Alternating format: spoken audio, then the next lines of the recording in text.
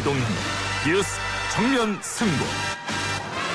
이동형의 뉴스 정면 승부.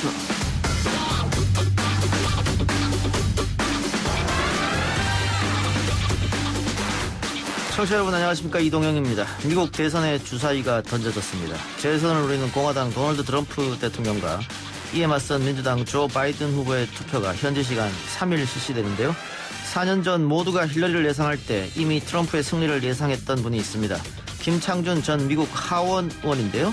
김창준 전 미국 하원으로부터 이번 미국 대선 예측부터 어떤 영향을 미칠 것인지까지 일부에서 물어봅니다. 국민의 대표를 뽑았던 고대 역사적 기원부터 시작해서 되살려본다면은 후보를 내는 것이 마땅하고 거기에 대한 국민의 심판도 기꺼이 수용하면서 최선을 다해서 다음 의지를 보여주는 게 마땅하다고 생각합니다. 대통령이 약속을 했습니다. 당의 헌법까지 고쳤습니다. 중대한 잘못이 있을 때는 출마하지 않겠다고 약속까지 했습니다. 공당이 이렇게 약속을 자꾸 변화시킨다면 누가 공당의 약속을 믿겠습니까? 민주당이 서울, 부산 재보선에 후보를 내기로 결정하면서 야당의 비판이 이어지고 있습니다. 민주당 재보궐공천과 함께 오늘 들어온 소식들 헤럴드 경제 배두원 기자와 함께 기자 언박싱에서 다뤄보겠습니다. With your vote, we will continue to cut your taxes, cut regulations, support our great police, support our magnificent military. But we're about honor, integrity, dignity. This is the United States of America. We've got to let them show who we are. 미국 대선이 막이 오르면서 결과와 함께 앞으로의 영향도 어떻게 될지 관심이 모아지고 있죠. 우리 시간으로 내일 오후에는 결과가 나올 것으로 보이는데요. 2부에서는 미 대선에 대한 예측과 영향에 대한 토론의 시간 마련했습니다. 김대호 글로벌 이코노믹 연구소장과 정대진 아주통일연구소 교수 만나보겠습니다. 국회의원 정정순 체포 동의안은 가결되었음을 선포합니다. 우리 국회가 체포영장에 동의를 한다면 검찰은 계속하여 우리 의원들을 상대로 아주 쉽고 간편하게 체포영장을 청구할 것입니다. 회계 부정으로 21대 국회 첫 체포 동의안 가결에 이어 구속된 민주당 정정순 의원의 혐의와 앞으로에 대해 법률적으로 짚어봅니다. 매주 화요일에 만나는 법률시사. 오늘은 박지윤 변호사와 장윤미 변호사와 함께 3부에서 만나보겠습니다. 11월 3일 화요일 이동의 뉴스 정면 승부 시작합니다.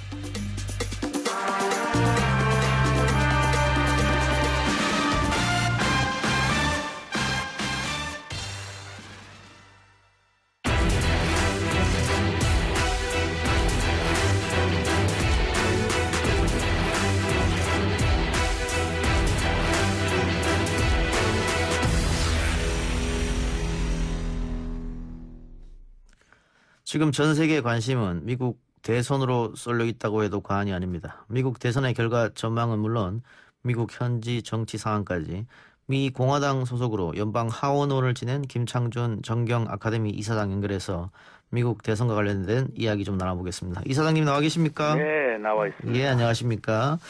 자, 지난번은 뭐 미국 언론도 그렇고 우리 언론도 그렇고 정치 전문가들도 힐러리가 이길 것이다 예측을 많이 했습니다만 결국 트럼프가 됐습니다. 그리고 의원님께서 그거를 예측을 하셨고요. 이번에는 어떻게 예측하십니까? 이번에도 또 트럼프가 될 것 같습니다. 어허, 역시 여론조사는 트럼프가 뒤지고 있는데요. 아, 네, 그전에도 뒤지고 있었죠. 예. 네. 이번에는 조금 더 차이가 난다 이런 전망이 많던데. 코로나19도 네. 있고. 이번에 트럼프가 되는 이유를 제가 서너 가지 되면은 첫째는 지난번에 에미 베럿 저스티스가 된 거 아닙니까? 예. 코트에 서프림 코트에 예. 이 사람이 착실한 기독교인이고 또 아주 착실한 천주교입니다. 예. 이 사람이 되는 거를 보고 기독교인들이 움직이려고 그랬었는데 이번에 되면서 이게 누가 하냐 트럼프가 열심히 밀었기 때문에 그다음에 그날 2주 동안 청문회하는 걸 제가 들었는데 예. 낙태 문제만 갖고 떠들더라고요. 근데 예. 그걸 결코 반대합니다. 생명은 하나님이 주신 걸 갖다 그러면 안 된다. 그래서 이 사람들이 결속을 해서 이제 아마 캐톨릭은 100%, 크리스찬도 90% 이상이 이 여자를 베렛을 서포트하는 사람들은 전부 트럼프를 찌를 겁니다. 그것이 아직 나타나지 않았기 때문에. 예, 트럼프가 임명한 대법관 베럿, 이 베럿의 영향이 있을 것이다 이 말씀이네요. 압도적으로 있죠. 네. 또, 둘째는 예. 이런 건 아직 나오질 않아서 그런데 둘째는 이제 헌터 바이든 스캔들을 아실 겁니다. 예. 이게 지금 잘 알려지지 않았지만은 FBI에서 조사를 하기로 했습니다. 이 조사를 한다는 자체가 웬만하면 뭐 아무것도 없으면 조사조차 안 할 텐데 이것이 어떻게 헌터 바이든 얘기가 이게 잘 퍼지지 않아서 그런데 이거 아는 사람은 알고 그래서 많은 아는 사람들은 이건 아니다. 이래서 안 할 것이고 세 번째는 그 경제가 지금 호전되고 있습니다. 예. 그래서 가장 중요한 게 경제인데 경제가 지금 호전되고 있는 때 대통령을 바꾼다는 거는 그건 좀 다시 한번 생각해야 될 거 아닙니까? 그다음에 마지막으로 라티노들의 보시 투표가 트럼프로 쏠렸는데 그 이유는 그 민주당에서 뭡니까 보드 패트롤 없애자, 국경을 없애자, 남쪽 국경을. 예. 그게 말이 됩니까? 이 사람들은 라티노들은 그 어려운 수속을 거쳐서 미국에 건너와서 잘 사는데 국경을 없애자니. 그러면은 그러니까 이거는 라티노를 위한 게 아니라 거꾸로 반대하는 거를 미처 민주당에 모르지 않는 거예요. 그래서 라티노 투표가 올라간 것은 바로 이것 때문이라 이게 또 하나의 저걸로 나오는데 잘들 모르죠. 예. 이런 이유들. 나머지는 유태인이 악재같이 이번에 트럼프를 찍을 것입니다. 그 이유는 뭐냐? 아실지 몰라도 그 트럼프의 사위가 유태인인데 예. 이번에 중동에 가서 큰일 했죠. 이스라엘하고 그다음에 바레인, 유나이티드 아랍 에미레이트 이 세 나라가 저걸 했습니다. 노멀라이제이션 어그리멘트라고 서로 이제 침묵을 하고 왔다 갔다 하면서 이제 전쟁을 안 하고 이런 침묵을 우리도 그렇게 했으면 좋겠어요. 북과 남 우리가 대사관을 두고 왔다 갔다 할 수 있게. 예. 그래서 이게 평화가 왔습니다. 중동에. 예. 이 바람에 주이시들이 너무나 기뻐서 춤을 추고 이 사람들이 주이시들이 아직을 투표를 안 했으면은 예. 100%가 다 트럼프를 찍을 텐데 제가 말한 이 5가지가 아직 반영이 안 됐고 사람들이 모르더라고요. 알겠습니다. 그럼 이사님 말씀 요약하면 그 베럿 대법관의 영향력, 또 바이든의 스캔들, 경제 문제, 라틴계나 유대인 사람들의 표심 이런 것들 때문에 트럼프가 승리할 것이다. 이렇게 요약할 수 있는데 그 사전투표가 역대 최대로 많이 했다고 그랬는데 사전투표는 바이든이 유리하다 이런 분석이 있던데 거긴 혹시 동의하십니까? 네. 흑인들 이번에 병 때문에 그런 거 아닙니까? 코로나 병 때문에 귀찮으니까 한 것. 그래서 제가 들기는 민주당이 많다고 생각했는데, 다는 아니니까, 뭐 60%다, 70%다 모르겠습니다. 본인들이 단 민주당이라 그랬으니까 그런 겁니다. 그 혹시 트럼프가 재선에 실패하면 폭동이 일어날 가능성이 있다. 이런 것도 표심에 영향을 줄까요? 저 생각은 절대 트럼프가 져서 폭동이 일어나진 않습니다. 예. 바이든이 지면은 글쎄, 그 폭동은 우리가 본 그런 대단한 게 아니고 조금씩 어디 나올지 몰라도 이제 폭동은 별로 없을 것입니다. 이제 국민들이 아주 질색을 해서 이제. 예. 그 지금 개표가 진행 중인데 초반 판세는 지금 어떻게 보고 계세요? 처음에야 불리하게 나오겠죠. 저거 때문에. 앱센티 밸런 때문에. 예. 그러나 내일 아침인가? 지금 아니지 오늘이지.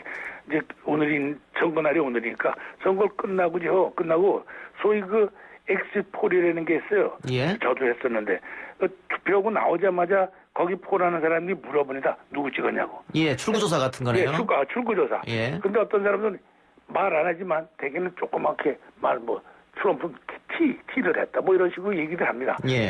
부전히 적어갖고 계산해보면은, 그 엑스폴이라고, 이게 발표가 나면은 세개 아이디어가 나올 것 같은데. 알겠습니다. 근데 어쨌든 의원님께서는 트럼프 대통령의 승리를 예측하셨는데, 지금 우리 언론에서는 트럼프 대통령이 만일 패배를 하면 패배를 인정하지 않고 소송전에 나갈 것이다. 이런 얘기도 들려요. 네, 그게 말이 됩니까? 그게 패배를 인정하고 소송. 그건 말이야. 근데 소송은 이제 앱센티 밸런이 여기저기 던져 있고, 사진을 보니까 그냥 잘 관리도 안 하고, 그래서 그런 것이지. 트럼프가 그렇게 치사하게 그런 건 안 합니다. 절대. 예. 자, 그럼 만일 트럼프가 승리를 하면 또 우리 입장은 또 여러 가지 생각을 해봐야 될 텐데. 우리 입장이라는 건 대한민국을 얘기하는 겁니까? 예, 그렇습니다. 이거야 큰 도움이죠. 트럼프가 되면 오히려 더 다행이다. 어떻게? 다행 정도가 아니죠. 예. 제가 민주당 정당대회 때를 꼬박 앉아서 들었습니다. 예. 오바마 민주당 전당대회에 단 한 번도 한국 문제를 얘기한 적이 없습니다. 예. 그러나 공화당은 여러 번 했습니다. 트럼프가. 예.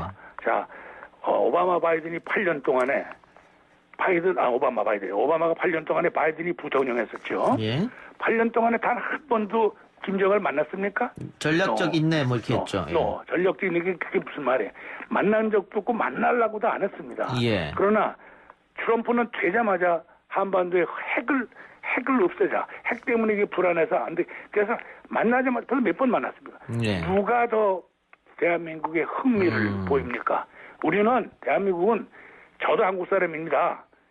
사실 트럼프가 돼야 그래도 뭐가 좀 북한 문제가 해결이 되지. 바이든은 아닙니다, 전혀. 지금 국내 문제가 복잡해서 전혀 한국은 안중에 없어요. 8년 동안 오바마가 안 했는데 바이든이라고 하겠습니까? 예. 뭐 지난번에도 힐러리의 이메일 공개가 됐었습니다만은 그 미국 민주당이 남북 통일을 원하지 않는다 뭐 이런 얘기도 있었고요. 또 오바마의 전략적인 또 오히려 미국과 일본의 어떤 동맹을 중시하는 그렇기 때문에 지금 의원님께서 그렇게 말씀하신 것 같은데. 네, 그런 것도 있습니다. 예.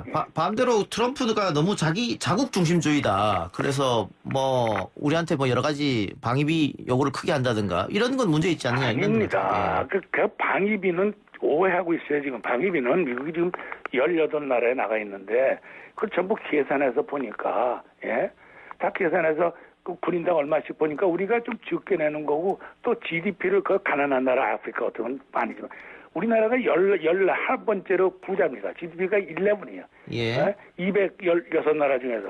그러니까 아이고 GDP가 이 정도 부자인데 조금 더 내라 이런 것이지. 예. 뭐 얼마 그럼 못 내갔으면은요 제 생각에는 그럼 돈을 내지 말고 무기를 사면 될 것 같아요. 그 돈으로. 예, 알겠습니다. 첨단 무기를 사요 그러면 될 거 아니에요. 예. 관련해서 하나만 더 여쭙죠. 예. 그 트럼프가 집권을 다시 하게 되면 대중국하고의 갈등은 조금 더 심해지지 않겠느냐. 그래야 바이든은 중국과 관계가 좋아질 것 같습니까? 예. 마찬가지입니다. 그랬을 때 뭐 한국, 중국, 미국 이 관계는 또 어떻게 봐야 될 것이냐. 한국, 중국, 미국이요? 예. 한국은 우리가 정신 바짝 차려야 됩니다. 어디에 붙을 것인지. 예. 저는 아무리 생각해도 중국을 만일에 전쟁에 나면 중국에는 붙는 나라가 북한 하나밖에 없는데 나머지는 다 미국 편인데 그럼 우리는 북한과 붙겠어요? 예. 우리는 운명적으로 서구에 붙는다는 게 미국을 붙을 수밖에. 예. 알겠습니다. 자, 현지에서 지금 아마 새벽 시간인 것 같은데 전화 통화 연결해 주셔서 고맙고요. 마지막으로 혹시 하시고 싶은 말씀 있으십니까? 네. 나는 제가 분명히 밝혀야 될 것은 저는 한국 사람입니다. 그리고 한국에 와서 내 생을 마치려고 그러는 사람 때문에 나는 한국을 위해서 이렇게 말하는 겁니다. 예. 절대 내 적이 아니고 그래서 제 말이 틀림없으니까 제가 말한 걸 좀 잘 좀 귀담아 한번 들었으면 좋겠습니다. 알겠습니다. 의원님 오늘 말씀 고맙습니다. 네네네. 수고하십시오. 예. 네. 지금까지 김창준 정경 아카데미 이사장이었습니다.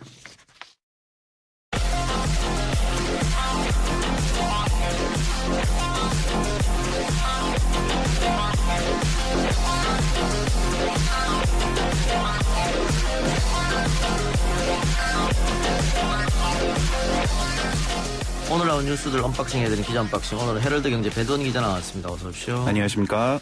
오늘 코로나는 줄어들었네요, 많이 확진자가. 예, 그렇습니다. 중앙방역대책본부에 따르면 오늘 자정 기준 국내 코로나19 신규 확진자는 75명이 늘었습니다.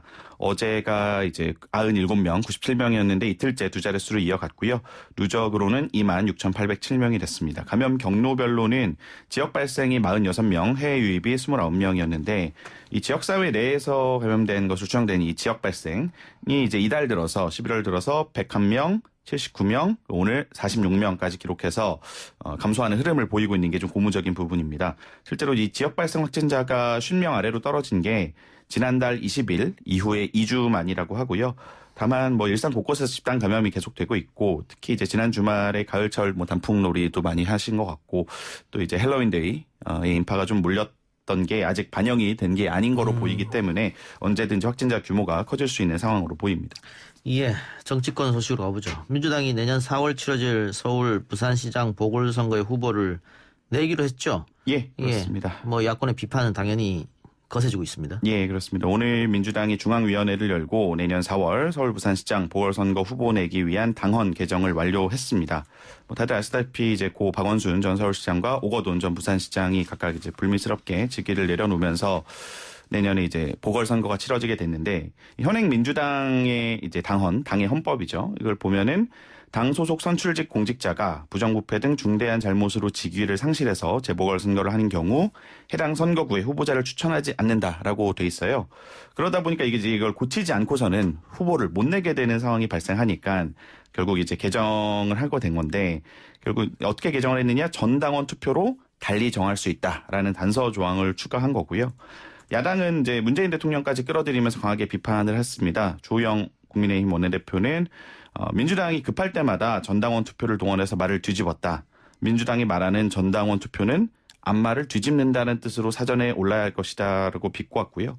이종배 국민의힘 정책위 의장은 국민들은 당원 중에서 가장 영향력이 크고 가장 큰 지분을 가진 대통령이 이 철면피 무책임 공천에 찬성표를 던졌는지 궁금해한다. 대통령이 당대표 시절에 혁신을 위해 만든 당헌을 버리고 무책임한 구태 정치를 회귀하려는 민주당의 행태에 동의하는지 묻고 있다라면서 답을 요구를 했습니다. 이종배 위원장이 말한 대로 사실 이게 문재인 대통령이 민주당 당대표 하던 시절에 만들어진 당헌이기 때문에 좀 공세를 받고 있는 건데요. 국민의힘 성폭력 대책 특위 같은 경우도 이 공천 결정을 두고 전임 시장들이 저지른 성폭력 피해자들에 대한 2차 가해라고 규정을 하면서 거센 비판을 가했습니다. 근데 이번 민주당 전당원 투표율이 26%밖에 되지 않아서 이게 정족수 미달 아니냐 이런 얘기도 있는 것 같아요. 예, 맞습니다. 이번 전당원 투표 내용을 좀 살펴보면은 민주당 전체의 권리당원, 그러니까 이제 당원들 중에서 당비를 내고 투표권을 가지신 분들을 권리당원이라고 하는데 80만 한 4천여 명 정도 됩니다.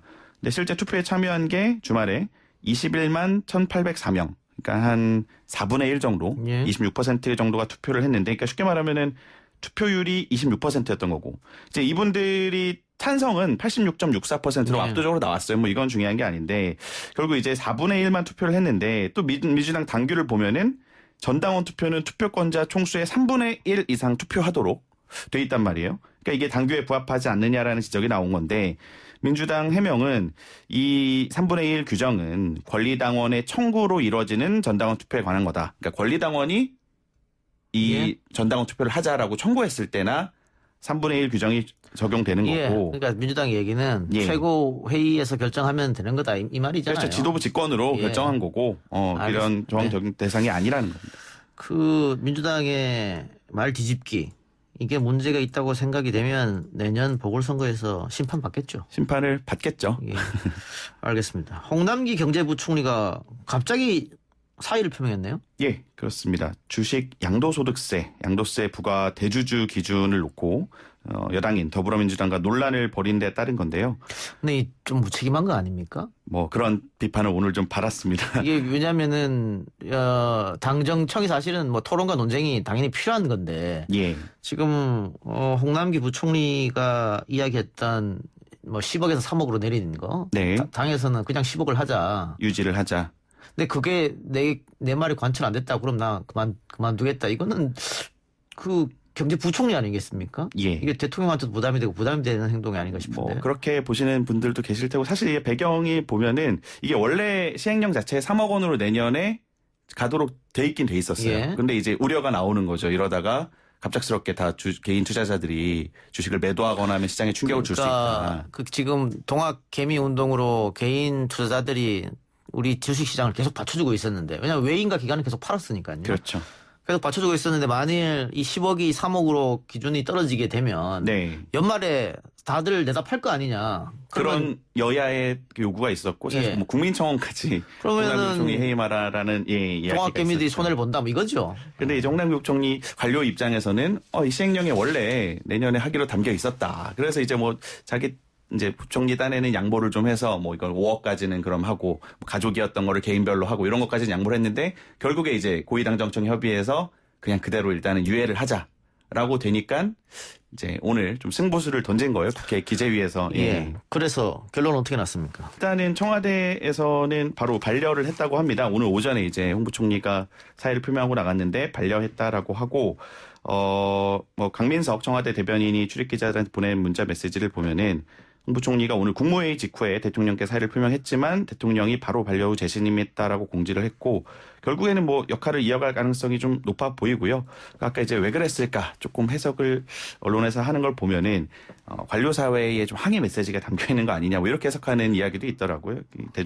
대주주 양도세 기준 이번뿐만 아니라 뭐 사실 재난지원금 시국 때도 홍 부총리가 계속 여당하고 조금 의견이 달랐잖아요. 예. 이런 거를 결정하는 과정에서 아무래도 이제 관료 사회의 힘보다는 정치권, 여당이나 정부의 힘이 청와대 쪽의 의사가 좀 강하게 나오다 보니 홍 부총리의 총대를 메고 작심하고 뭐 이런 거를 한 거 아니냐 뭐 이런 해석이 나옵니다. 근데 사표를 냈는데 청와대에서 즉각 반려를 했다고 하면 청와대하고 이야기가 되지도 않은 거고 그러면은 그냥 이제 자기가 직접 던진 거죠. 아니 그러니까요. 예. 뭐 다른 공무원도 아니고 경제부총리잖아요. 경제수장이죠. 네, 경제수장의 타이틀 달고 있는데 조금 즉흥적이 아니었냐. 그렇다면은 지금 윤석열, 추미애, 홍남기 또 최재형까지 예. 이게 뭔가 대통령이 다 인사한 사람들인데 맞습니다. 뭔가 제대로 돌아가지 않는다.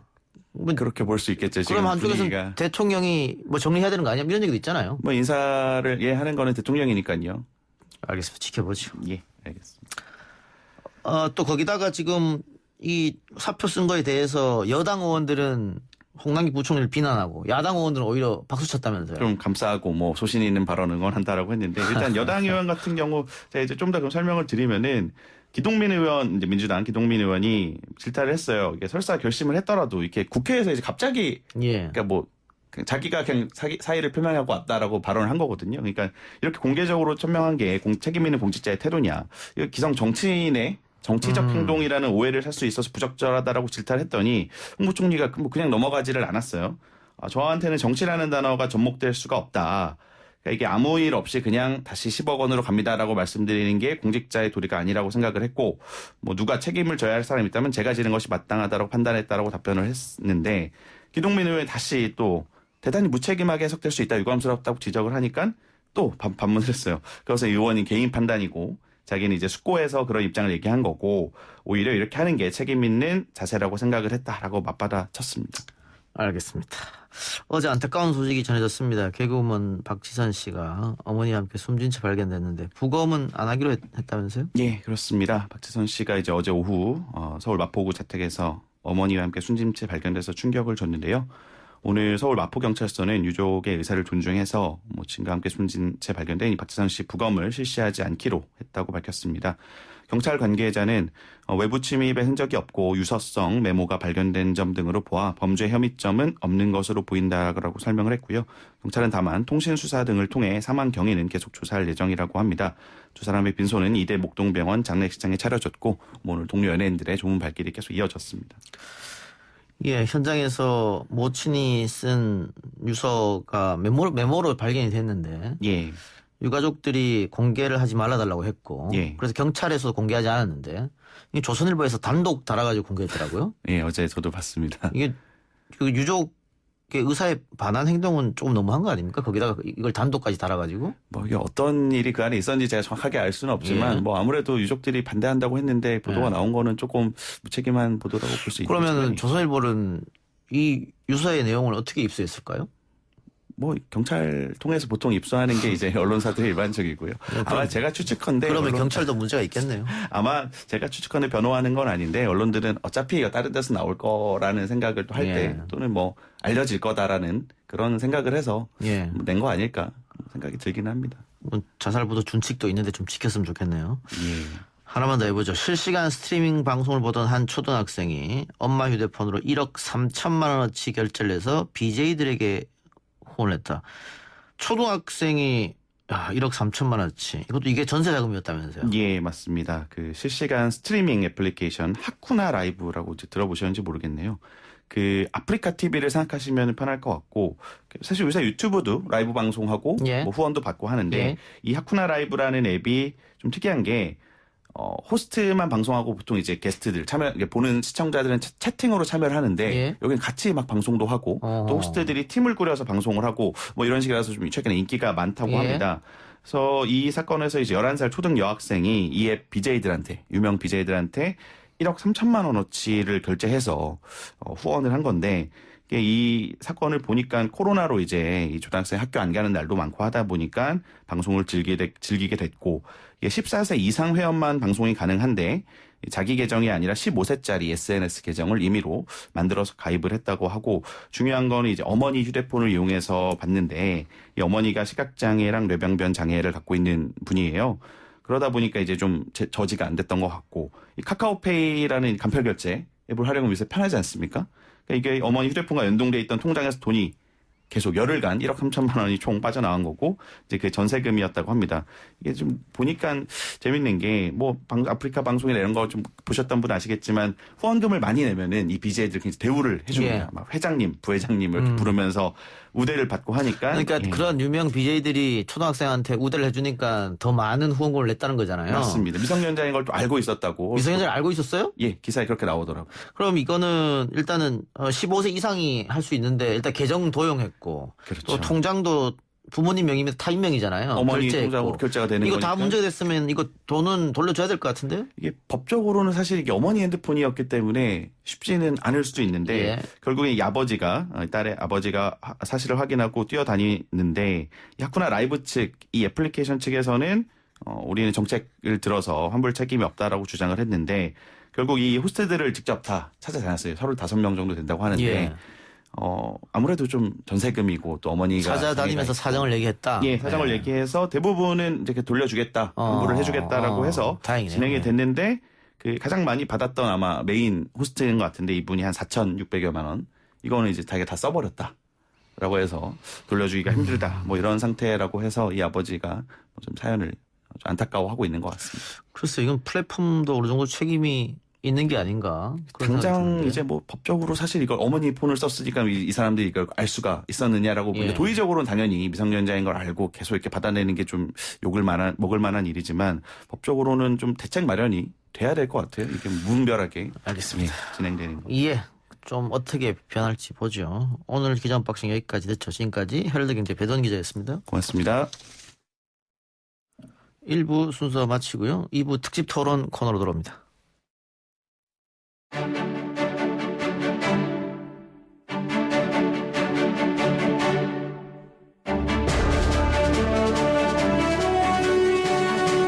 YTN 라디오 이동의 뉴스 정면승부 2부 시작하겠습니다. 2부에서는 오프닝 때 예고해드린 대로 미국 대선 이야기를 좀 더 자세하게 짚어봅니다.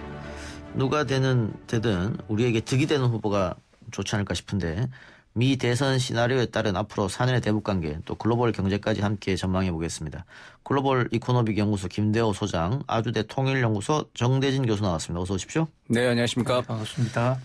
아까 전화통화로 김창준 전 하원 의원에게 결과가 어떻게 될 것 같냐라고 했더니 트럼프가 이길 것이다. 그런 예측을 내놨는데 두 분 동의하십니까 혹시? 저는 별 동의가 되진 않는 것 같습니다. 이번에 여러 가지 변수가 있긴 하겠지만 샤이 트럼프라고 하는 것 때문에 4년 전에 예상이 완전 다 뒤집어지지 않았습니까? 근데 제가 또 여러 가지 경로 또 듣기는 또 샤이 바이든이 또 이번엔 또 굉장히 중요한 변수가 될 거다라고 얘기를 많이 하시더라고요. 또 트럼프 대통령이 공화당의 후보이긴 하지만 공화당의 전통적인 입장을 고수하던 이제 주류 후보는 아니었기 때문에 샤이 바이든 변수가 이번에 좀 어떻게 작용을 할지 좀 지켜봐야 될 것 같습니다. 수장님은? 4년 전에 김창준 의원하고 개인적으로 만나서 또 전망을 할 때 그 당시에만 하더라도 김창준 의원 빼고 트럼프가 당선된다고 한 사람이 잘 없었어요. 거의 없었죠. 네, 김창준 의원이 비교적 정확하게 맞췄는데 같은 공화당이고 또 뭐 개인적으로도 알고 이런 사이니까 좀 팔이 오른쪽으로 굽혔을 수도 있습니다만 그러나 지금 김창준 의원의 얘기에도 상당히 현실성이 완전히 배제된 것은 아니다. 특히 중부 지방의 경합주 같은 데서는 지금 그 차이가 매우 근소한데 그 정도는 이 우편 투표냐 일반 투표냐 또는 샤이 트럼프냐 또는 이 샤이 바이든이냐에 따라서 충분히 달라질 수 있는 그런 어떤 오차 범위 내에 있다. 그래서 조금 더 좀 신중하게 접근해야 되지 않겠나 이런 생각을 해봅니다. 예. 자, 지난번 첫 번째 토론 때 뭐 최악의 토론이었다 이런 평가도 받았고 뽑을 사람이 없다 뭐 이런 얘기도 들렸고 바이든 스캔들에 뭐 또 바이든의 뭐 말실수랄까요? 뭐 조지라고 부른다든가 이런 것도 있어서 미국 대통령 선거가 과거는 좀 다르게 치러진 것 같다는 생각이 드는데 기존의 선거랑 특히 다랐던 거는 변수라고 하는 코로나가 터졌지 않습니까? 이게 선거에 영향을 당연히 미치겠죠? 예, 그렇죠. 특히 이제 백인 중산층 이상 노년층들의 표심에 큰 영향을 이제 주게 되는 거죠. 그 과거와 같은 경우에는 트럼프 대통령한테 어쨌든 백인 기득권 세력들이 몰표를 이제 샤이 트럼프들이 몰아주지 않았습니까?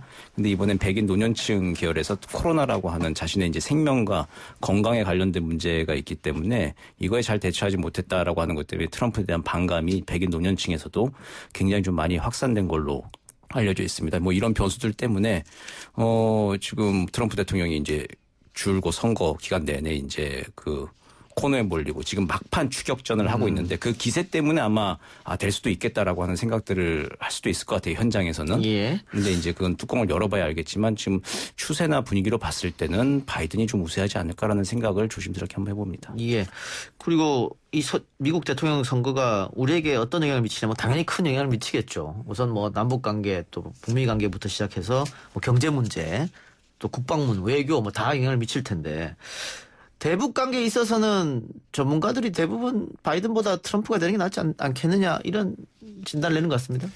원래 전통적으로 보면 미국의 민주당이 공화당보다도 훨씬 더 대북 협상에 대해서 유화적이고 또 적극적이었습니다. 지금까지 그랬죠. 예. 뭐 클린턴부터 시작 그전에 카터까지 다. 그렇습니다. 예. 제가 이제 클린턴 대통령 시절에 현지에서 특파원을 했었는데 그 당시에 그 클린턴 대통령의 아시아 평화나 특히 북한과의 화해 협력 이런 의지가 상당히 강했거든요.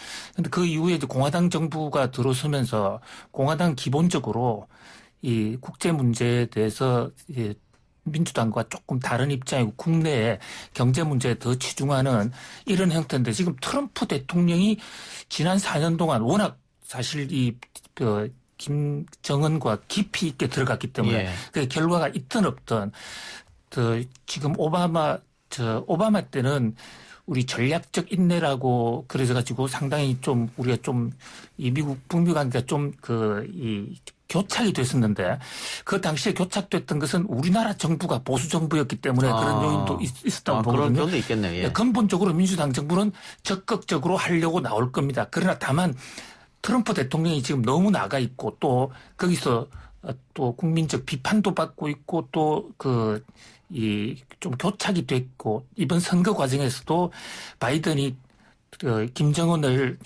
깡패라고 하면서 여러 번 욕을 하지 않았습니까? TV 토론 같은 데서도. 그래서 차별화 전략에서라도 좀 시간이 뜸을 좀 들리지 않을까 이런 생각을 해봅니다. 예, 교수님은? 예, 보통 미국의 대통령들이 두 번 하지 않습니까? 예. 1기 때는 좀 북한에 대해서 강경한 입장을 조금 보이다가 2기가 되면은 또 대화를 좀 하고 하는 그런 어프로치를 많이 좀 하곤 했습니다. 부시 때도 그랬고. 그랬는데 이게 트럼프 대통령이 약간 좀 반대인 것 같아요. 1기 때는 어쨌든 결과로 놓고 봤을 때 북미 정상회담도 2번 하고 친서 외교도 하고 지금 대화가 경색돼 있긴 하지만 1기 때는 어쨌든 북한에 대해서 유화적으로 어쨌든 대화를 했는데 2기가 되면 트럼프 대통령이 지금 학습을 했거든요. 북한 핵 문제가 간단한 문제가 아니다. 쉽게 풀릴 수 있는 게 아니다. 라고 하는 걸 학습을 했고 주변에 있는 사람들도 북한 핵 문제 그렇게 풀면 안 된다라고 미국 주류들은 계속해서 주입을 하고 있습니다.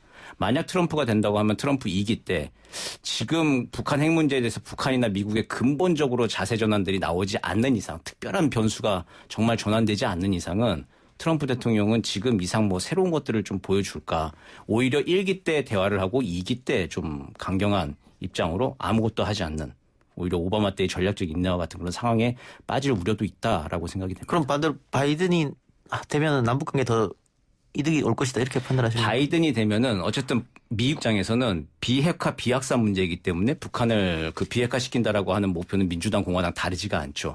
다만 그 접근 방법에 있어서는 트럼프는 그 전에 우리가 보지 못했던 대통령이었던 겁니다. 공화당 주류에서도 벗어나 있었던 사람이고 민주당 같은 경우엔 동맹 외교 그리고 동맹의 이 정책에 좀 귀를 기울여주는 편이기 때문에 우리의 이야기를 조금 귀 기울여줄 수는 있겠다. 그리고 우리의 한반도 평화 프로세스에 대한 입장을 조금은 좀 수용하고 그래도 예측 가능한 정책들이 나오지 않겠는가라고 그 점에서는 조금 유리하지 않을까 이렇게 보는 겁니다. 협상은 어떻게 보십니까?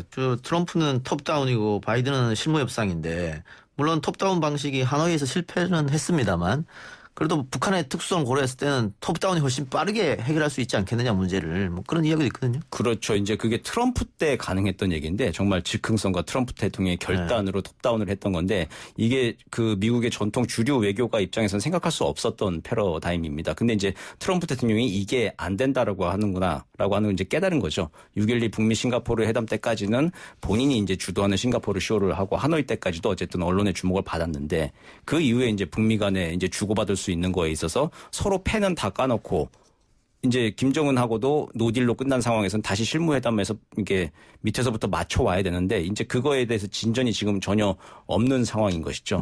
트럼프 대통령이 진전이 없는 걸 다시 그렇게 또 할 것인가라고 하는 거. 예.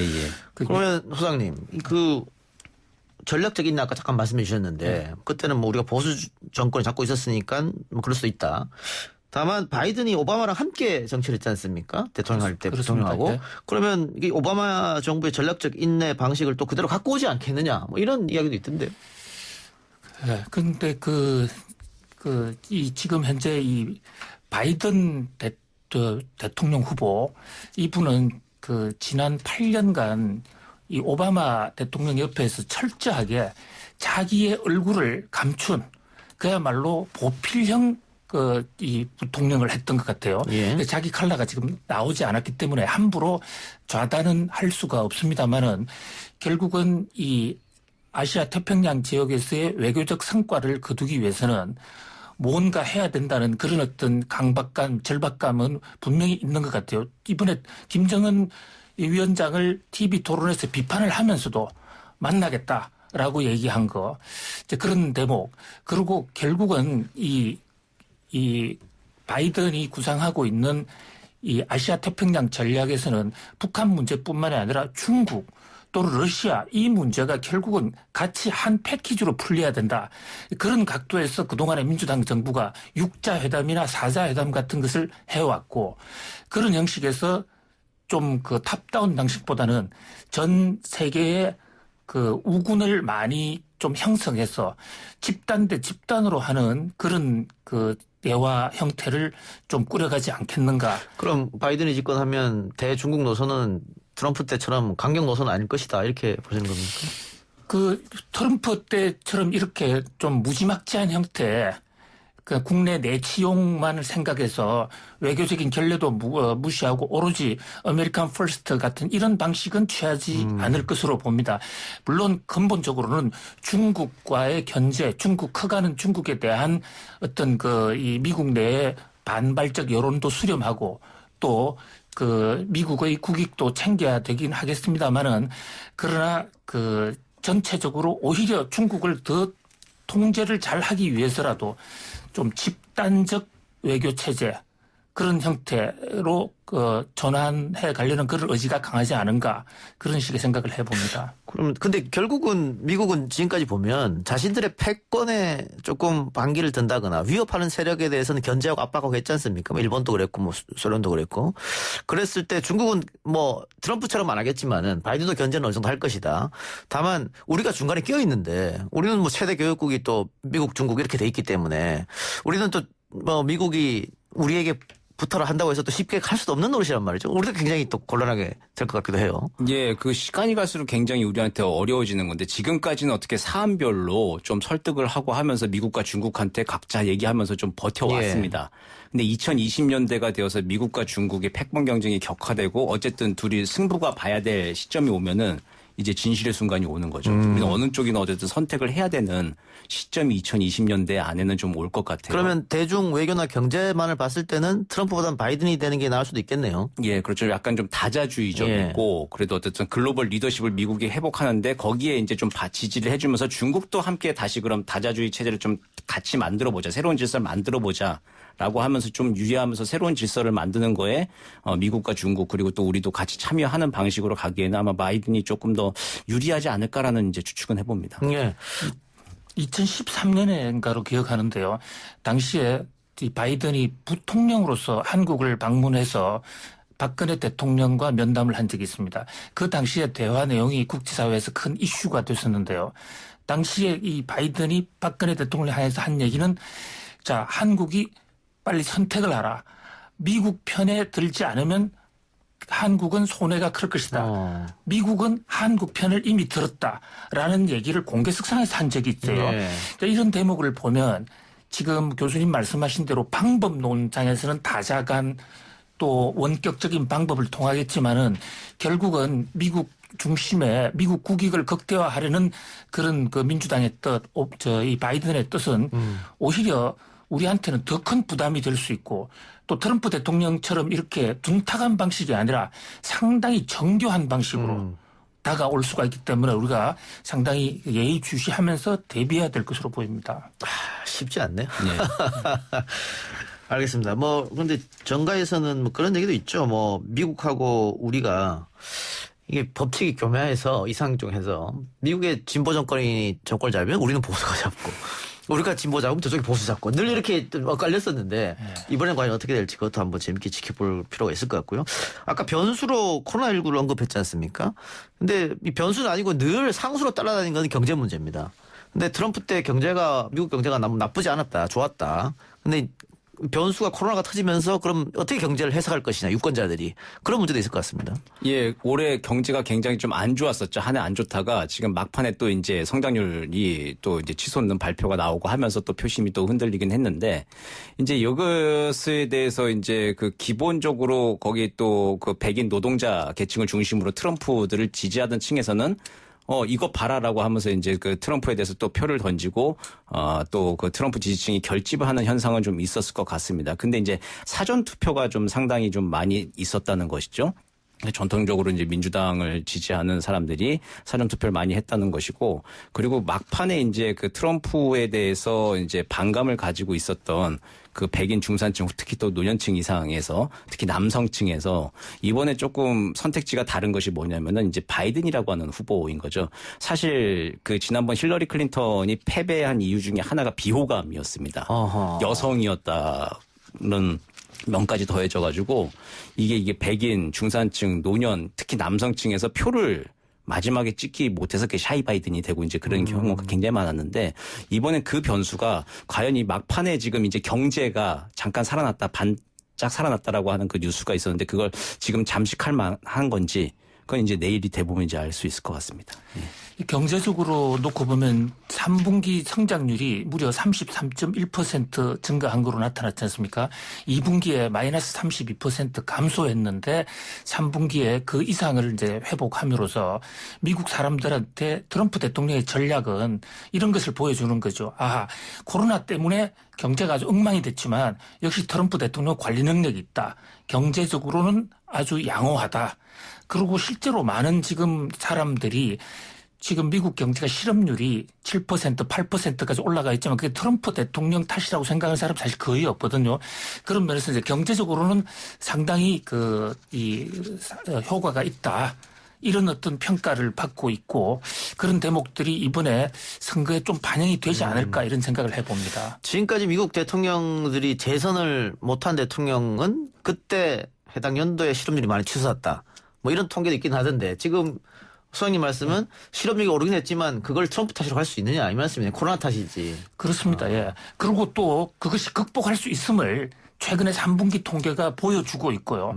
일부러 보여주기 위해서 그렇게 또 숫자를 그렇게 몰아간 측면도 있겠지만은 그래서 경제적으로 트럼프가 잘못했다라는 데 대한 미국 사람들의 실망은 사실 별로 없는 것 같아요. 근데 바이든 캠프 쪽에서는 지금 핵심으로 미는 게 코로나19 사태를 해결 못한 건 트럼프 잘못 아니냐 이거 가지고 지금 캠페인하는 것 같던데요. 예, 그렇죠. 뭐 누구도 무시할 수 없는 현상이고 지금 뭐 가장 많은 사람들이 코로나로 뭐 걸리고 죽고 하는 곳이 또 미국 아니겠습니까?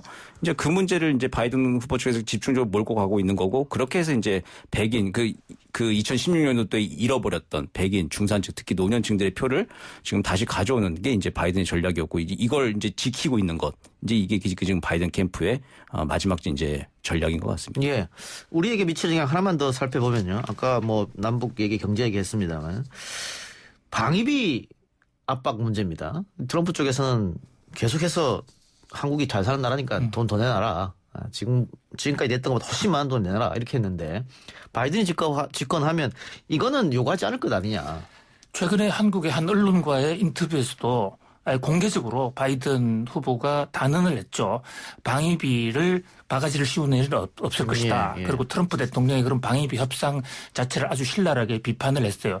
사실 이 경제적으로 놓고 볼 때 방위비 협상의 그 규모가 실제로 적지는 않은 거입니다만은 한미 간의 무역 규모나 교육 규모, 투자 규모에 비할 때는 매우 미미한 수준입니다. 그런 의미에서 트럼프 대통령은 그걸 잘 알면서도 어떤 그 쇼잉, 국민들한테 자기가 이렇게 하고 있다는 걸 보여주기 위해서 좀 강공 드라이브를 건 측면이 있는 것 같고요. 오히려 저는 바이든이 더 무섭다고 봐요. 방위비 협상 같은 것은 대폭 양보를 하면서 오히려 더 크게 한국으로 하여금 환율 정책이나 또는 시장 개방 정책에 대해서 훨씬 더 많은 것을 요구하지 않을까. 특히 지금 번스타인이라는 지금 이 바이든 대통령의 최측근 경제참모 아마 경제자문위원장이 될 것 같은데요. 이 친구가 쓴 책이나 그다음에 이 바이든 후보를 통해서 나타내고 있는 가정들이 무역 수지 적자 해소에 대해서 엄청나게 지금 이 포인트를 주고 있거든요. 사실 트럼프 대통령은 강공 드라이브는 했지만 무역 수지 적자를 개선은 하는데 별로 실적을 쌓지 못했어요.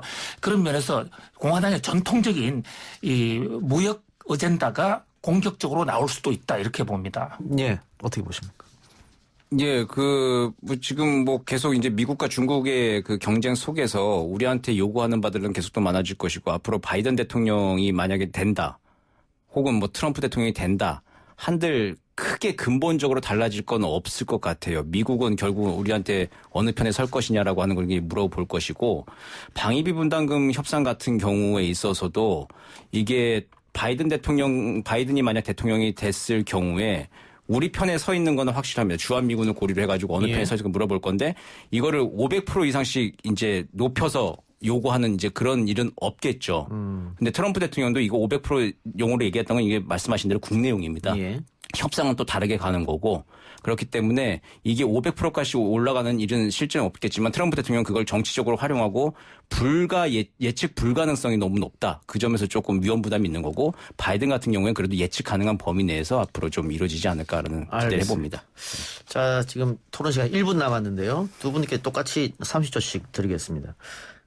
마지막으로 정말 그러면 누가 당선되는 게 우리 국익에 도움이 될까? 지금 한동대 박원근 교수 같은 경우는 지난번 저랑 인터뷰했을 때 무조건 바이든이 이겨야 된다. 그래 우리한테 유리하더라 했고 아까 김창준 의원하고 인터뷰할 때는 무조건 트럼프가 이겨야 된다. 그래 우리 유리하다 했는데 두 분 짧게 설명해 주세요. 네, 저는 어차피 외국의 지도자고 그 외국의 지도자가 한국의 국익에 대해서 한국의 민족적 앞날에 대해서 챙겨주는 사람은 없으리라고 봅니다. 그래서 누가 되느냐는 전혀 중요하지 않다. 우리 국익에서는 우리가 그 각자의 장단점을 잘 활용해서 우리 국익을 극대화할 수 있도록 우리 외교적 역량이나 어떤 그 경제적 역량을 극대화시키는 게 훨씬 더 중요하다 이런 생각을 해봅니다. 피해가신 것 같은데. 예, 교수님은요?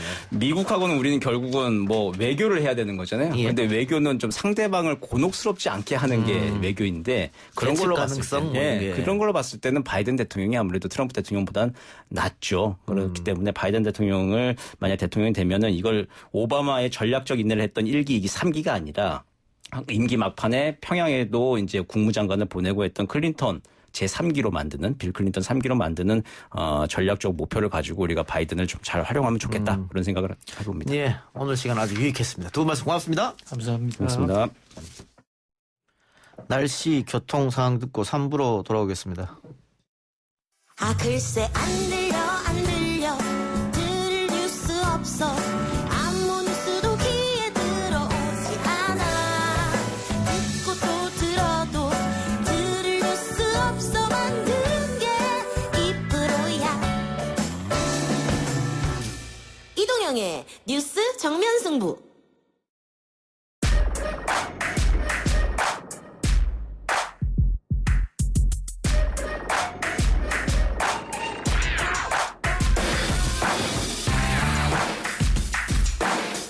채널 이동의 뉴스 정면 승부 3부 시작합니다.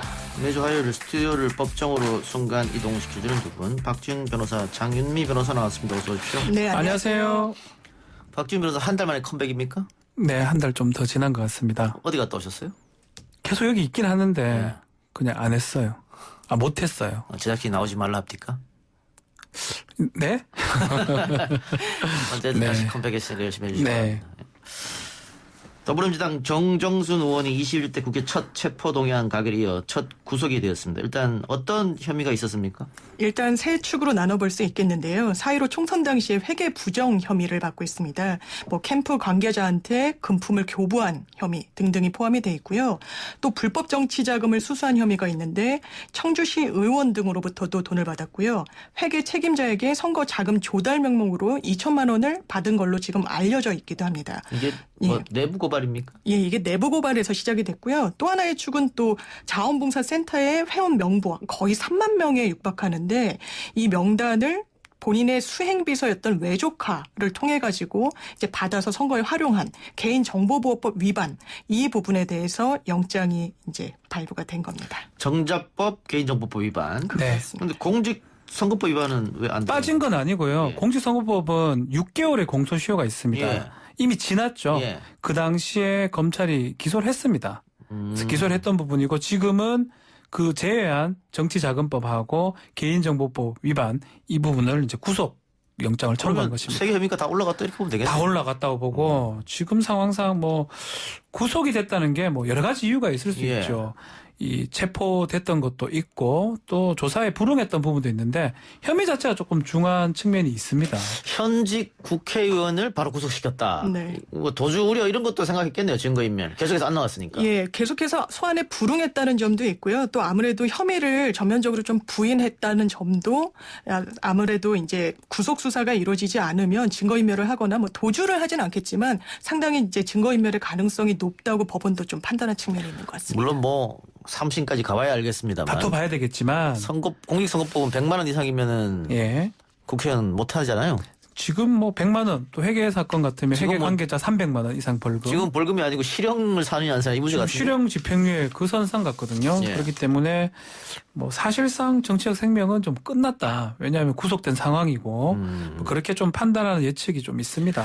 체포동의안 가결할 때 야당 의원은 나오지 않았거든요. 여당 의원들만 해서 통과시켰는데 여당 의원들만 나와서 방탄국회를 할 수도 있는데 통과시켰다고 하는 것은 그만큼 여당 의원들이 봤을 때도 죄가 좀 있지 않나요? 여야 공의. 야당 왜 안 나왔겠습니까? 야당이 안 나온 거는 어차피 여당이 이거 만약에 방탄하면 당신들 정치적 책임져라 그렇죠. 이거군요. 방탄해도 그렇고 체포시켜도 그렇고 그런 판단한 것 같고요. 마찬가지로 여당 입장에서도 이거를 동의안을 부결시켰을 때 아주 책임을 질 걸 생각해서 아마 대다수 많은 수 167표죠. 찬성을 해서 가결이 된 것입니다. 예, 알겠습니다. 다른 이야기 해보죠. 구하라 씨의 이름을 따서 구하라법이라고 불렸던 법이 폐기가 됐고 지난번 국회 때 서영교 의원이 다시 발의했네요. 어떤 내용입니까? 그렇습니다. 이게 이제 민법 1004조에 상속 결격 사유라는 게 있는데요. 지금 규정으로라면 이제 구하라 친모라든지 이런 분들도 다 이제 상속을 받을 수가 있게 되는 겁니다. 그러니까 그 입법적인 공백을 한번 막아보자라고 해서 그러니까 돌아가신 분의 직계 존속으로서 피상속인에 대한 부양 의무를 현저히 게을리한 사람은 상속을 못 받게 하자. 그러니까 이를테면 아주 어렸을 때 뭐 친모가 아이를 뭐 유기하고 계속 돌보지 않았는데 사망 이후에 뭐 와서 돌보겠다고 이제 그 수령을 하겠다고 한다거나 이런 것을 입법적으로 좀 막아보자라고 해서 1호 법안으로 이제 서영교 의원이 본인의 1호 법안으로 재발의를 했습니다. 예, 이게 대표적으로 고아라 씨가 이런 일을 당했기 때문에 고아라법이라 합니다만 네. 지금까지 굉장히 많은 사례가 있잖아요. 그러니까 사실은 상속 순위의 문제도 있는 거예요. 상속 순위가 1순위가 비속인데 직계 비속 자식들 자식이 없는 상황에서 이제 사망을 하면 직계 존속 부모한테 가버립니다. 배우자가 있으면 배우자랑 부모랑 같이 가는데 부모한테 가는데 부모 중에 양육을 하지 않은 부모도 있습니다. 지금 구하라 씨 사건도 예. 마찬가지고요. 또 소방관 사건도 마찬가지입니다. 근데 양육을 전혀 안 했는데 상속을 혼자 다 받는 결과가 생겨요. 1순위가 없으면 2순위가 받고 2순위가 없으면 3순위인데 2순위가 있으면 피대로 2순위가 다 받게 됩니다. 뭐 예를 들면 이런 거죠. 그 아버지는 어릴 때 돌아가시고 네. 어머니는 집을 나갔어. 뭐 한 3살, 4살 그렇죠. 때. 그래서 할머니가 키웠는데 뭐 다 커서 어떤 사고가 일어나서 뭐 보상금이 뭐 예를 들어 몇 억이 그렇죠. 나왔는데 맞습니다. 그러면 할머니가 가져가야 정상인 것 같은데 그렇죠. 한 번도 와서 뭐 학비나 생활비나 주지도 않고 바쁘지도 않았던 엄마가 20여 년 만에 나타나서 그거 내 돈이 하고 갖고 간다. 이건 부당하지 않느냐 이거잖아요. 감정에 맞지가 않죠. 네. 우리 국민들 생각했을 때 과연 그 사람의 바닥에 맞느냐. 그래서 적용시키는 게 지금 말씀하신 장 변호사 말씀하신 결격 사유에 지금 조항 이런 게 있어요. 살해하려고 했거나 아니면 상해치사했거나 아니면 뭐 유언장을 위조했거나 이런 것만 결격이 되는데 그 마지막에 결격 사유로 부양 의무나 이런 것들을 현저히 좀 안 했을 때 예. 그걸 한번 넣어보자라고 한 게 지금 개정안입니다. 그래서 그 지금 방금 박 변호사가 뭐 소방관 이야기 줬습니다만 뭐 소방관 딸 이야기도 있고 뭐 과거에 경주 리조트 문제도 있었고 그렇죠. 세월호 때도 이런 일이 있었어요. 똑같은 일이 계속 반복되고 근데 있어요. 이게 만일 법이 통과되면 소급해서 그전 끝까지 다 할 수 있어요? 그렇지 않습니다. 왜냐하면 부칙으로 이게 언제부터 발의가 될지 실질적으로 이제 적용이 되는지를 부칙으로 정하기 때문에 소급해서는 어려울 것 같습니다. 그리고 통과도 좀 쉽진 않을 것 같아요. 자, 그래서 말이 많더라고. 이거 이렇게 하더라도 국민 감정은 그래 맞아라고 하지만 법률상 통과가 좀 쉽지 않을 수도 있다. 그럼 왜 그렇습니까? 조항 자체가 부양 의무를 현저히 게을리한 때. 예. 아하, 이거 현저히도 문제지만 1년에 한 번 정도 보러 왔으면 현저히 할 수 있겠느냐 뭐 이런 거네요. 게을리라는 표현을 진짜 이걸 어떻게 해석해야 될지. 전 그럼에도 불구하고 이걸 통과를 시킨 다음에 판례를 좀 축적하면 되거든요. 저는 뭐 어떤 식으로든지 통과가 좀 필요한 사항이 아닌가. 왜냐하면 너무 안 맞습니다. 현실하고. 그리고 바람하고 안 맞아요. 한 번도 아이를 키우거나 보지 않은 사람이 상속 순위가 앞선다고 그걸 받아간다? 예. 이해할 수 없는 상황이죠. 이 민법 조항은 뭐 제가 정확한 건 아니지만 1950년대, 60년대 만들었던 그때 조항이거든요. 지금쯤은 손볼 필요가 있다 생각이 듭니다. 해외는 어떻습니까 혹시? 해외도 제가 좀 알아보니까 뭐 유사한 상속 제도가 있는 게 뭐 중국이나 타이완이나 뭐 일본인데 마찬가지로 학대 같은 걸 했을 때 상속 결격 사유로 부여하고 있습니다.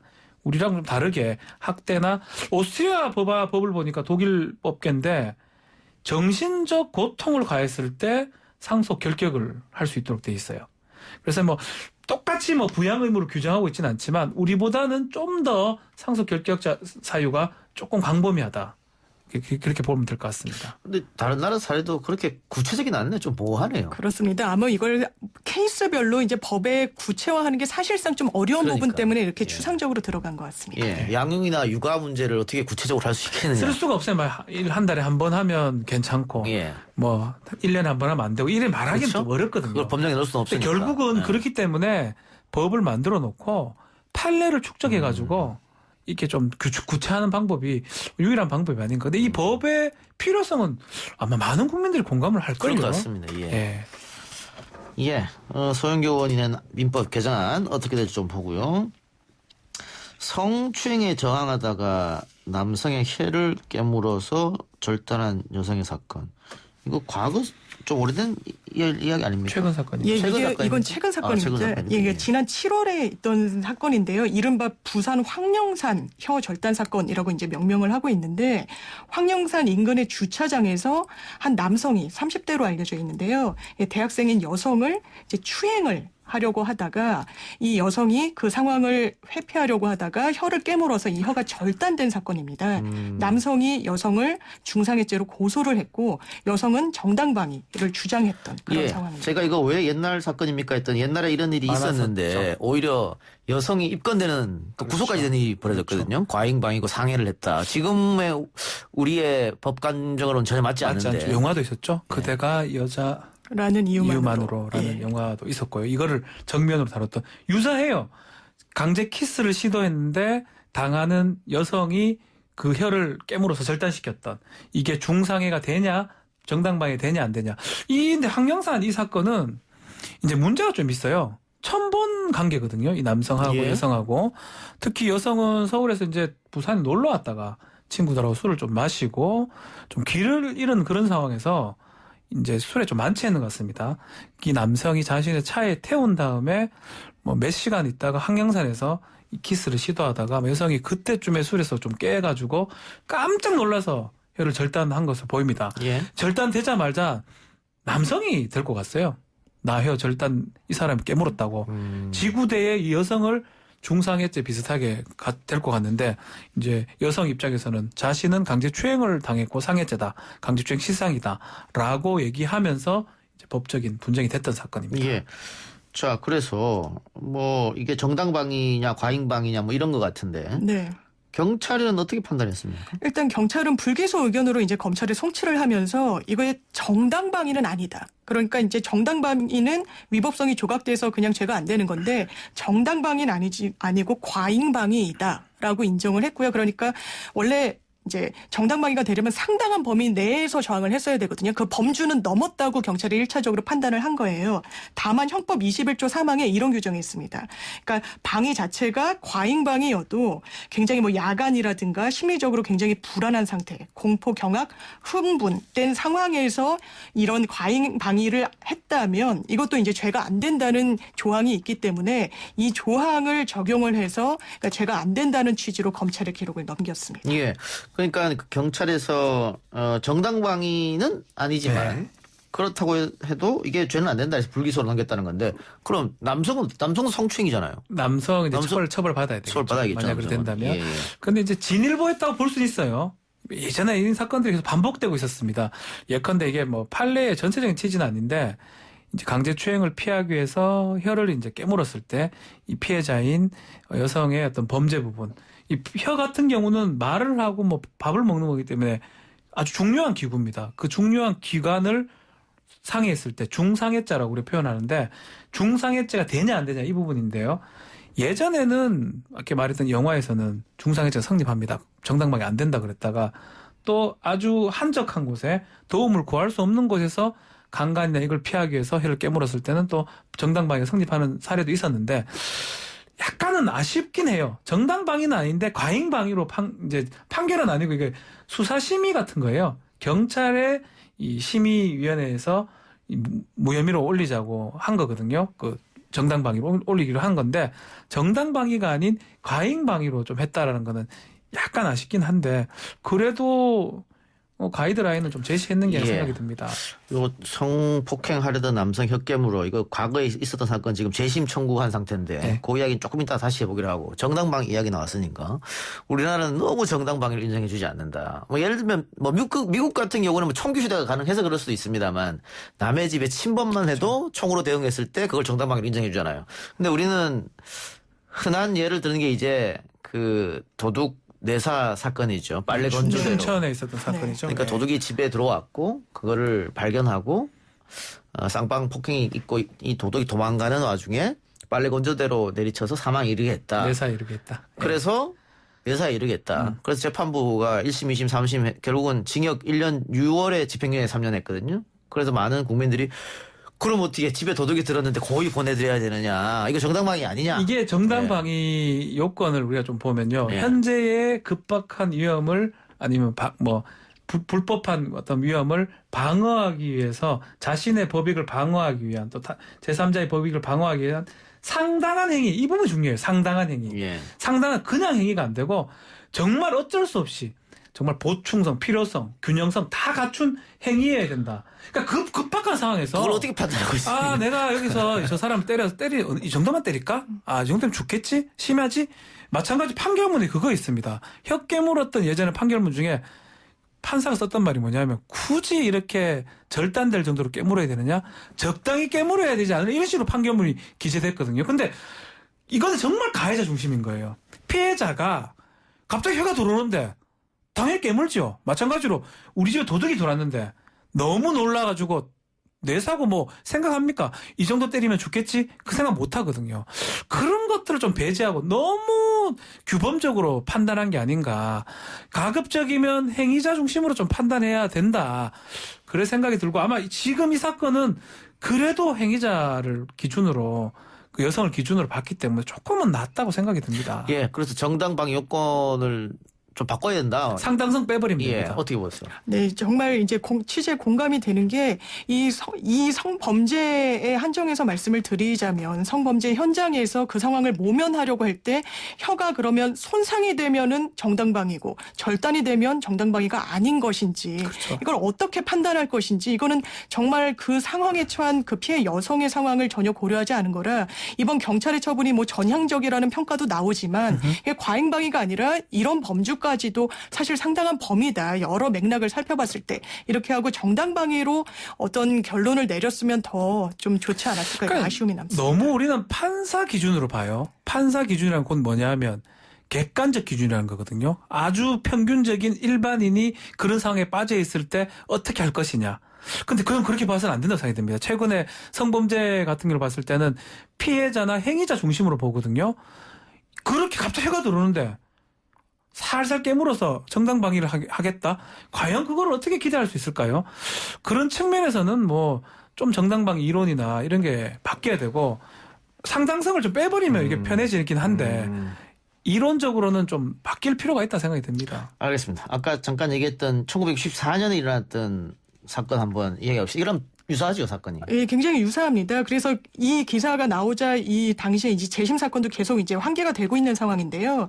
이 여성이 64년도에 이제 18살일 때 자신을 성폭행하려던 상대 남성 21살 노모 씨에 대해서 이제 강제 키스가 시도가 되자 혀를 깨물어서 1.5cm 절단이 이루어졌습니다. 예. 그러니까 이 여성이 중상해로 결과적으로는 징역 10월에 집행유예 2년을 선고받았고요. 이 남성은 특수 주거 침입, 특수 협박, 그러니까 성범죄로는 아예 처벌을 받지 않고 예. 이 두 가지 죄에 대해서 여성보다 더 가벼운 징역 6월에 집행유예 2년을 선고받았던 사건입니다. 예. 그리고 여성은 최종으로는 징역 10월에 집행유예 2년입니다만 그 사이에 구속도 잠깐 되긴 됐더라고요. 그렇죠. 네. 그래서 피해자가 가해자가 돼버린 그렇죠. 그런 결과여서 이 여성이 지금 56년 만에 재심을 지금 재판하고 있습니까? 재심 이제 결정합니다. 재심 재판이라는 거는 무조건 유무죄를 가리는 게 아니고 이것을 재심에 부의할 수 있느냐, 넣을 수 있느냐. 아직 재심 결정이 나지 않았네요. 예. 근데 이제 지금 이 사건 관련해서 지금 황영산 사건 관련해서 아마 참고는 할 것 같은데요. 조금 부정적으로 저는 좀 생각이 들어요. 예. 우리 형사소송법상의 재심 사유가 새롭고 명백한 증거 발견됐을 때 지금 증거는 없죠. 그대로죠. 예. 그대로고 판단이 달라진 거거든요. 예. 위법성 조각 사유라고 하는데 정당방위에 대한 판단이 달라진 거기 때문에 약간 쉽지는 않는데 뭐 무조건 뭐 안 된다고 제가 말씀드린 그렇고 그렇지만 한번 이 뭐 바뀐 좀 사회 분위기에 맞춰서 한 번 정도는 좀 고려해 볼 수 있지 않을까 생각도 해봅니다. 만일 재심 결정 나면 결과는 어떻게 될 거라고 봅니까? 무죄로 나올 거라고 보이십니까?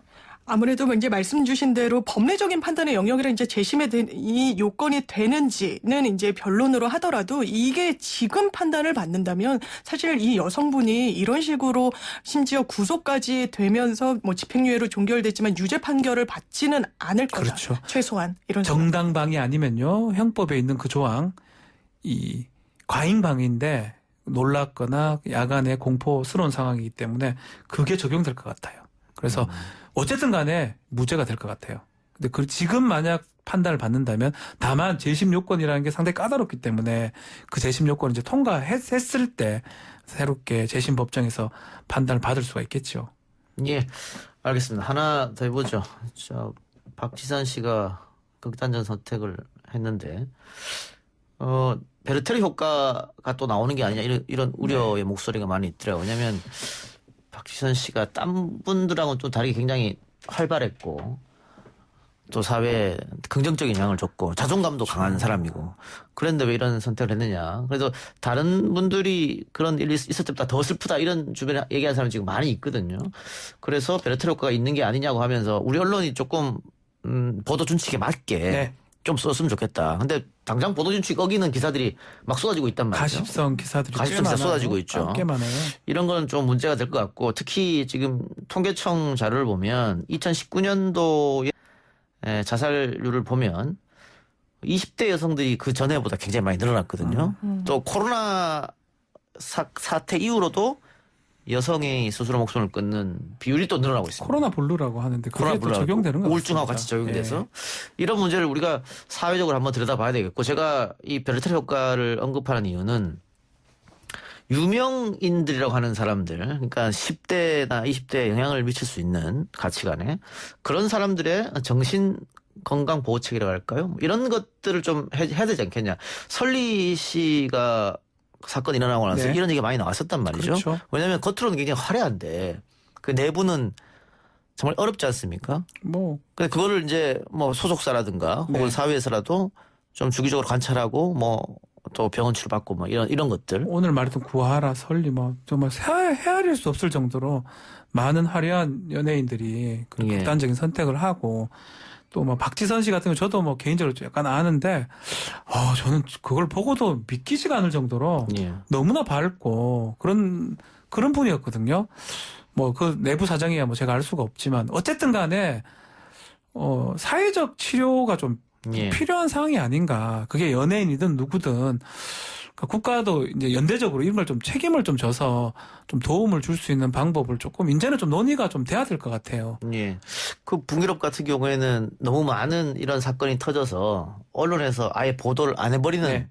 그랬더니 많이 줄었다고 하거든요. 우리도 지금 용어를 순화했잖아요. 극단 선택이라고 표현을 계속 하는 게 그게 있는 거거든요. 그 용어를 자꾸 쓰는 거하고 용어를 안 쓰는 거하고 차이가 있다고 보는 것 같고 또 지금 가장 나쁜 게 뭐 제가 들어오면서도 기사를 좀 검색했는데 너무 가십으로 지금 가고 있어요. 뭐 다른 얘기를 하고 있고 유서가 어쩌고 저쩌고 공개 안 하고 싶다고 분명히 얘기했는데 그걸 또 공개하려고 하는 거고 있고 그런 부분들은 언론이 과연 이거에 대해서 오히려 좀 같이 좀 책임을 져줘야 되는데 오히려 좀 방기하는 모습이 아닌가 좀 안타까운 생각이 좀 듭니다. 또 보수 유튜브죠. 가로세로 연구소에서 또 제목을 또 이상하게 그건 달아가지고. 안 되는 것 같아. 그런 행동은 지금 국민청원도 올라오고 있던데. 그거는 절대 안 되는.